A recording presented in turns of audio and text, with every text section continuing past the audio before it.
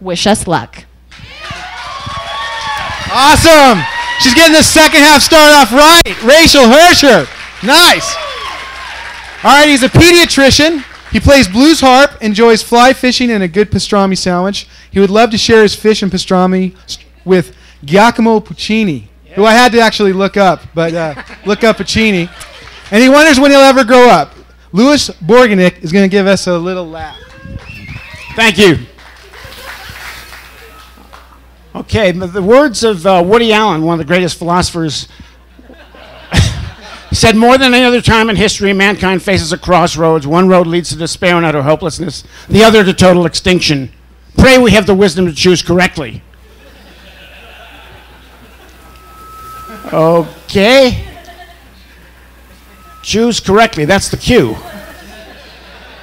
What is this, 50 seconds or 15 seconds? This is incredible. Okay. The nuclear age began in the Nevada desert in 1945 when a test went off. A disconsolate Robert Oppenheimer said, quoting the Bhagavad Gita, "Become death, destroyer of worlds." I always thought this was a very amoebic kind of picture. This is the Enola Gay crew, which trained in Wendover for their first flight. They took a bomb called Little Boy, 17 kilotons, and the following slide will show you the city they detonated it over.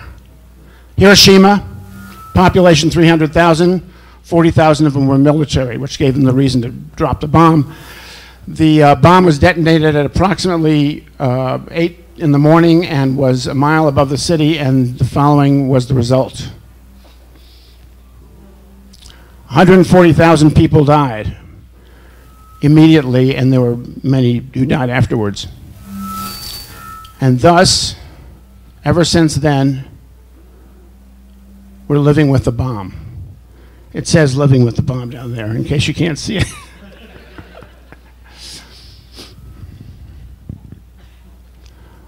The first effort to to protect ourselves from nuclear threat was the duck and cover effort by civil defense.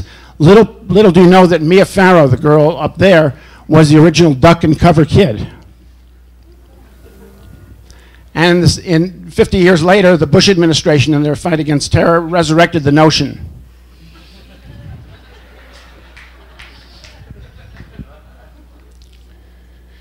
In the 80s, we had the crisis relocation plan. T.K. Jones, Deputy Secretary of Defense, said, everyone's going to survive if there are enough shovels. You dig a hole, put a couple of doors on top, 3 feet of dirt. It's the dirt that does it.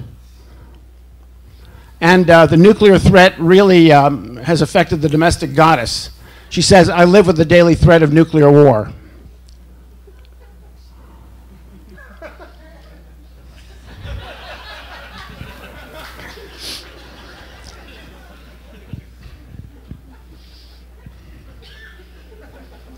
We've had nuclear art, sardonic though it may be, launch and lunch.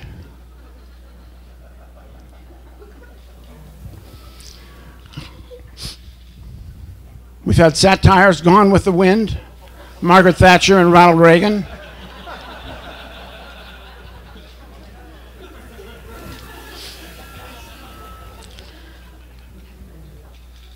We've had parodies. This is the Post-New York Post, the absolutely final edition. Kaboom, it's World War III, Michael Jackson and 80 million others dead.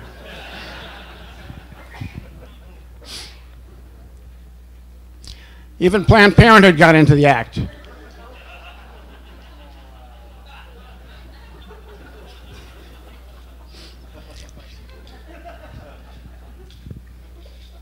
This is a recent and relevant cartoon.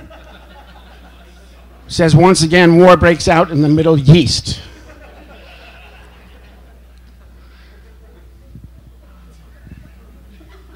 And my favorite cartoon, imagine fishing at Jordanelle and looking into the windows.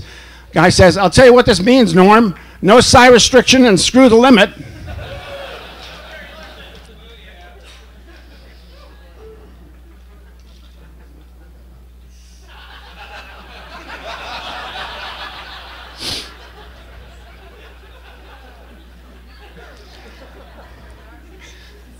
This is a sign I took a picture of in 1989 at the Nevada test site when I got arrested along with Carl Sagan and 150 physicians for trespassing. The government dropped the charges.